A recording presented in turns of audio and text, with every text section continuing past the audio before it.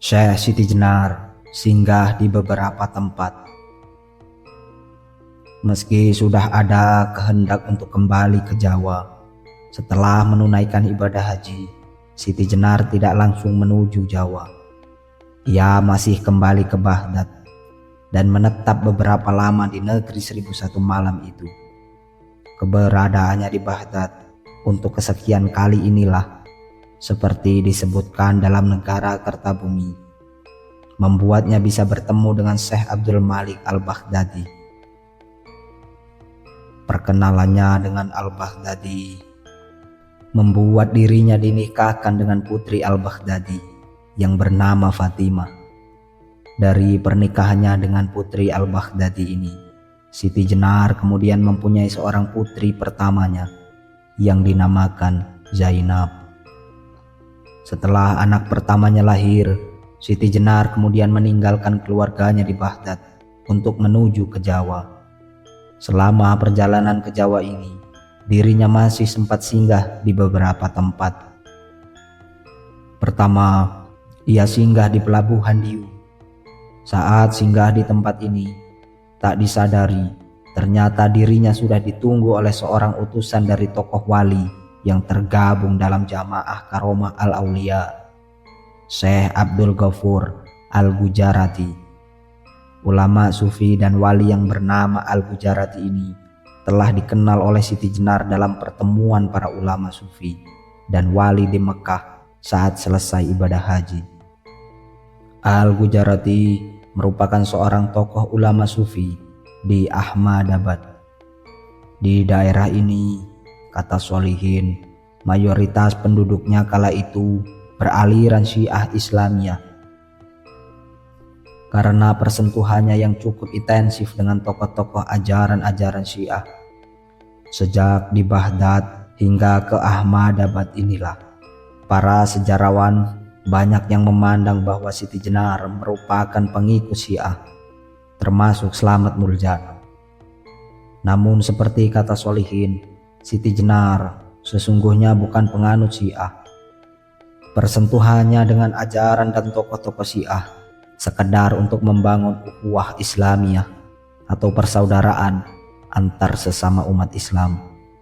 Sebab di dalam hal ibadah sendiri, Siti Jenar banyak berbeda dengan Syiah.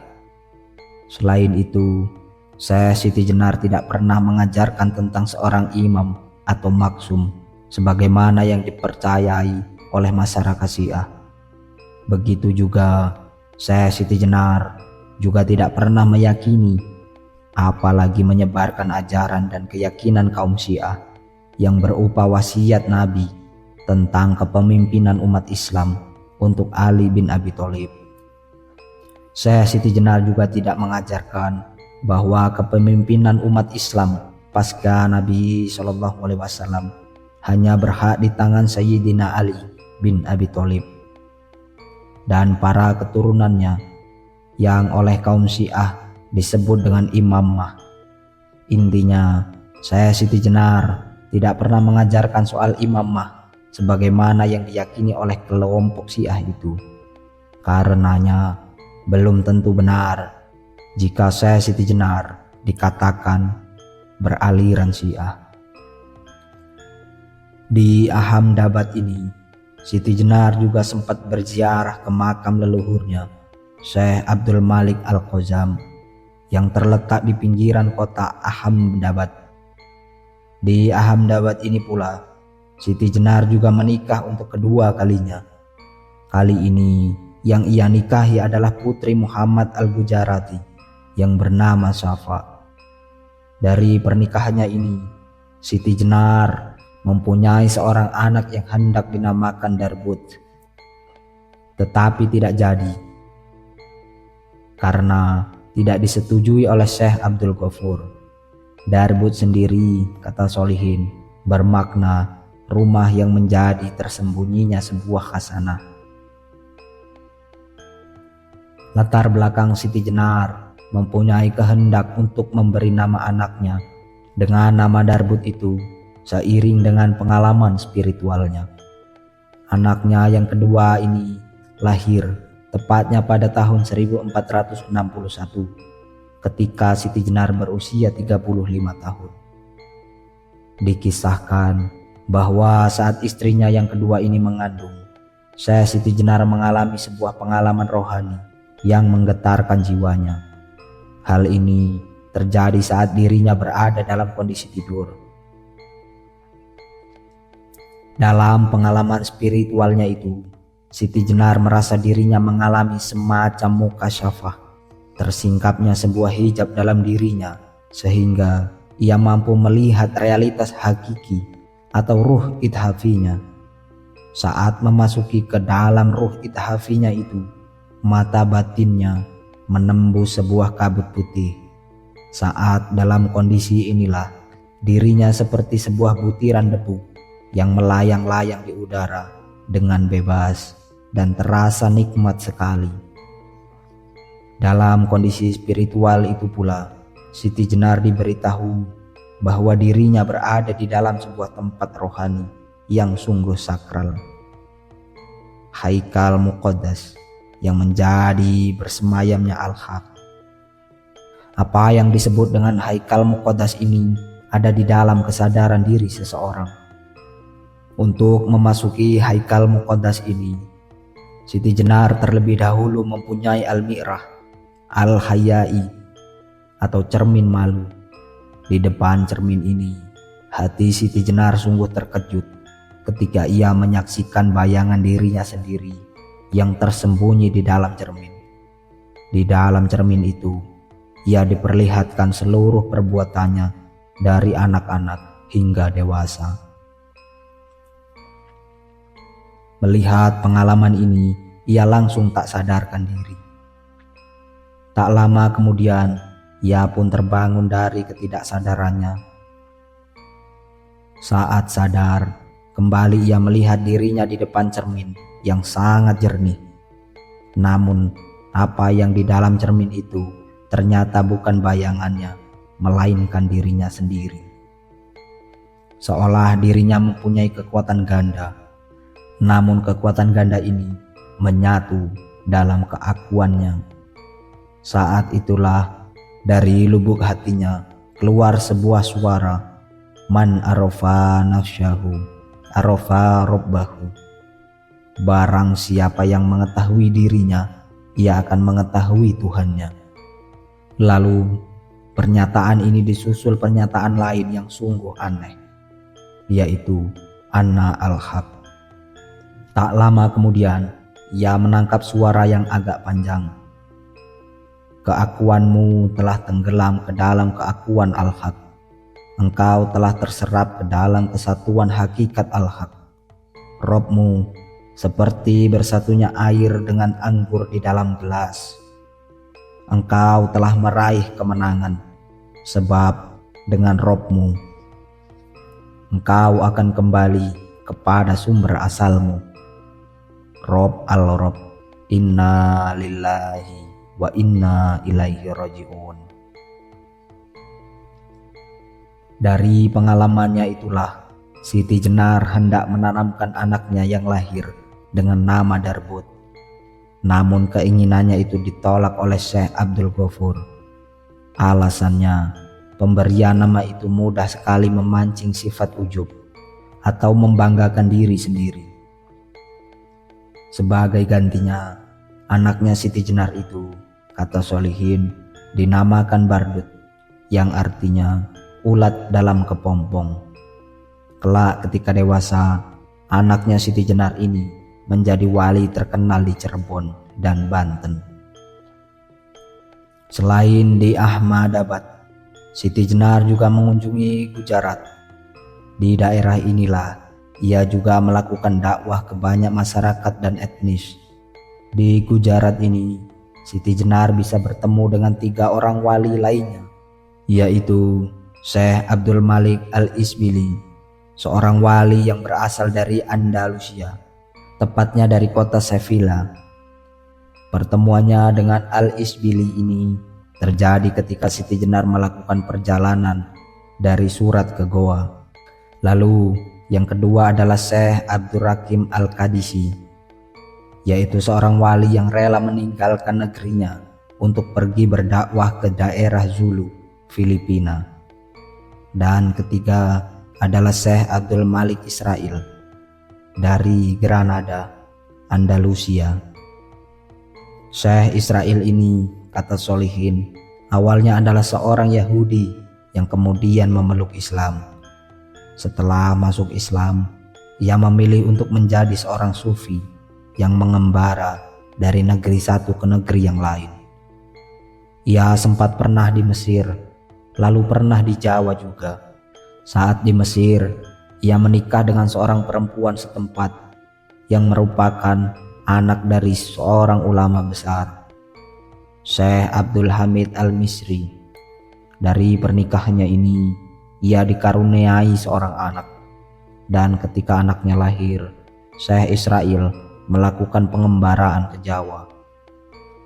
Setelah mengembara ke Jawa, Syekh Israel kemudian kembali ke Mesir. Saat dirinya pulang ke Mesir inilah, putri semata wayangnya itu dinikahkan dengan seorang laki-laki bernama Syarif Mahmud bin Syekh Syarif Abdullah Kafi Al-Misri. Dari pernikahan ini lahirlah seorang anak laki-laki yang kelak menjadi anggota Wali Songo dan menjadi sunan di Jawa Barat, Syarif Hidayatullah. Syarif Hidayatullah ini yang kemudian diajak mengembara oleh Syekh Israel ke negeri-negeri timur termasuk ke Jawa selama 15 tahun. Saat bertemu dengan Siti Jenar di Gujarat ini, tepatnya di pinggir sungai Krishna, Syekh Israel menyerahkan cucunya itu, Syarif Hidayatullah, kepada Siti Jenar untuk dibawa ke Jawa.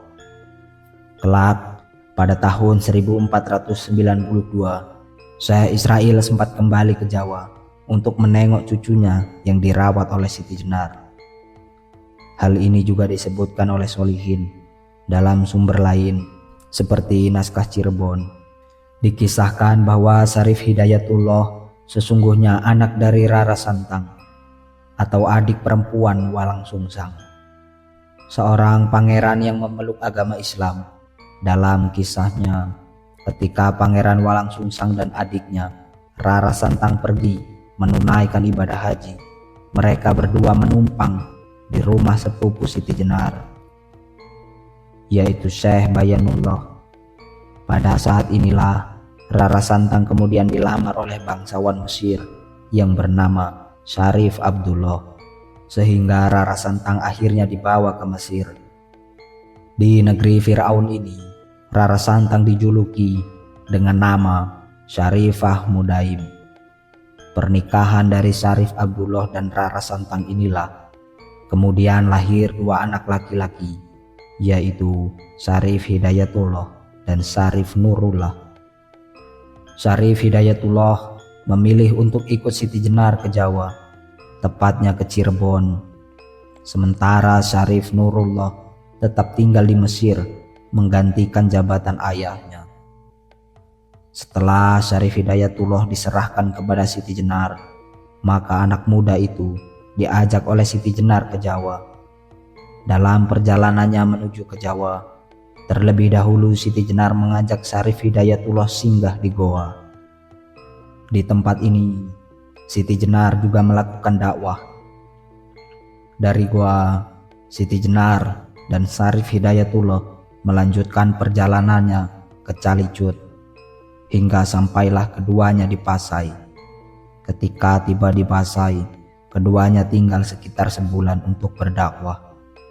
Dari dakwahnya inilah, di Pasai, Siti Jenar mendapatkan pengikut yang banyak. Salah satunya adalah seorang yang bernama Abdurrahman As-Singkili, yang diduga sebagai leluhur dari salah seorang ulama besar Nusantara, yaitu Abdur Rauf As-Singkili. Ia itu seorang ulama yang menyebarkan torekot Syatariyah di Sumatera Barat dan penganut ajaran Wahdatul Wujudnya Siti Jenar. Dari Pasai, Siti Jenar dan Syarif Hidayatullah kemudian menuju Malaka untuk menziarahi para leluhurnya, utamanya Syekh Datu Ahmad yang telah meninggal dunia. Di Malaka ini, Siti Jenar juga sempat menikah lagi dan mempunyai seorang anak laki-laki bernama Fardlun. Anaknya Siti Jenar inilah yang menurut Solihin akhirnya menjadi seorang ulama dan bermukim di Paciran, Lamongan, Jawa Timur. Dari Malaka, Siti Jenar dan Syarif Hidayatullah kemudian pergi ke Palembang. Ketika sampai di Palembang, gurunya sekaligus Adipati Palembang, yaitu Arya Damar, telah meninggal dunia. Karenanya, ia pun pergi menziarahi makam Arya Damar. Setelah dari Palembang, Siti Jenar dan Syarif Hidayatullah kemudian pergi ke Cirebon. Sesampainya di Cirebon, Siti Jenar semakin aktif berdakwah dengan menjadikannya Cirebon sebagai pusat penyebaran agama Islam. Daerah Cirebon yang dijadikan sebagai pusat dakwahnya Siti Jenar adalah kampung tempat dirinya dulu pernah nyantri, yaitu Giri Amparan Jati. Di kampung itu, Siti Jenar selain melanjutkan dakwah kiainya, yaitu Syekh Datuk Kahfi, juga membangun semacam kanakoh atau tempat pelatihan dan pendidikan para sufi di Lemah Abang. Dari perjuangannya dalam menyebarkan agama Islam dan ketekunannya mengajarkan tasawuf inilah Siti Jenar semakin berpengaruh di mata masyarakat Jawa. Ia pun dikenal dengan Syekh Siti Jenar atau Syekh Lemah Abang.